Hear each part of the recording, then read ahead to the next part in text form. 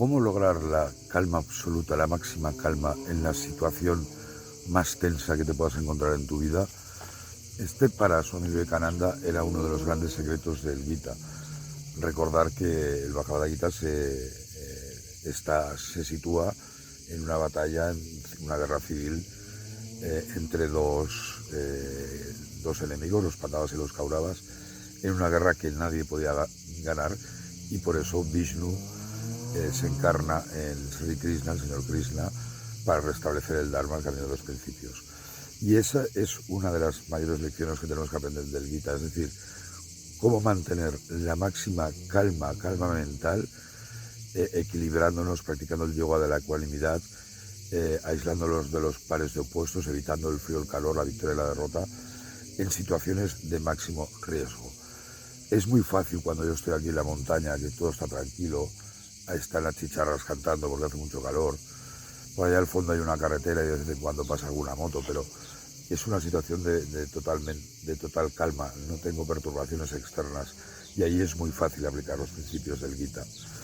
¿Qué principios nos marca? Ya os lo he dicho: el yoga de la ecuanimidad, la liberación de los pares opuestos, la ahimsa, la no violencia en pensamientos, palabras y acciones, ver a todos esa unidad en la diversidad que ya hemos comentado, y estos principios en general son compartidos por todas las religiones y caminos espirituales. Yo creo que, por ejemplo, aplicando ahimsa, la no violencia en pensamientos, palabras y acciones, prácticamente cubrimos todos los principios éticos de todos los caminos espirituales, y además yo creo que hay que sincronizarlo con el principio de armonía entre religiones de Ramakrishna, y nos decía, todas las religiones son válidas, todos los caminos llevan al mismo destino, que es Dios, y en su famosa frase, tantos caminos, tantas religiones. Pero la reflexión que os quería hacer es otra. En todas estas religiones, todas válidas, desarrollan además el concepto de comunidad.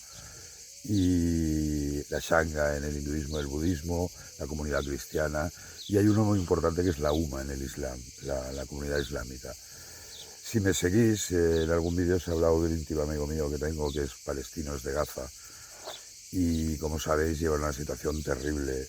Los niños están sin escolarizar, tiene 2 hijos, y realmente ya no estos 2 años, desde lo que lo conozco, que puedo hacer 30 años, siempre han estado en situaciones de tensas.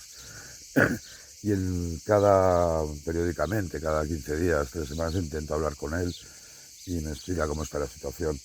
Y en las últimas conversaciones me ha lanzado un mensaje que me ha preocupado, que se decía cómo la sociedad musulmana, que yo algo la conozco en varios países, es una sociedad muy tradicional, que respeta para ellos el concepto de familia, de respeto al prójimo, de solidaridad sobre todo, son importantísimos.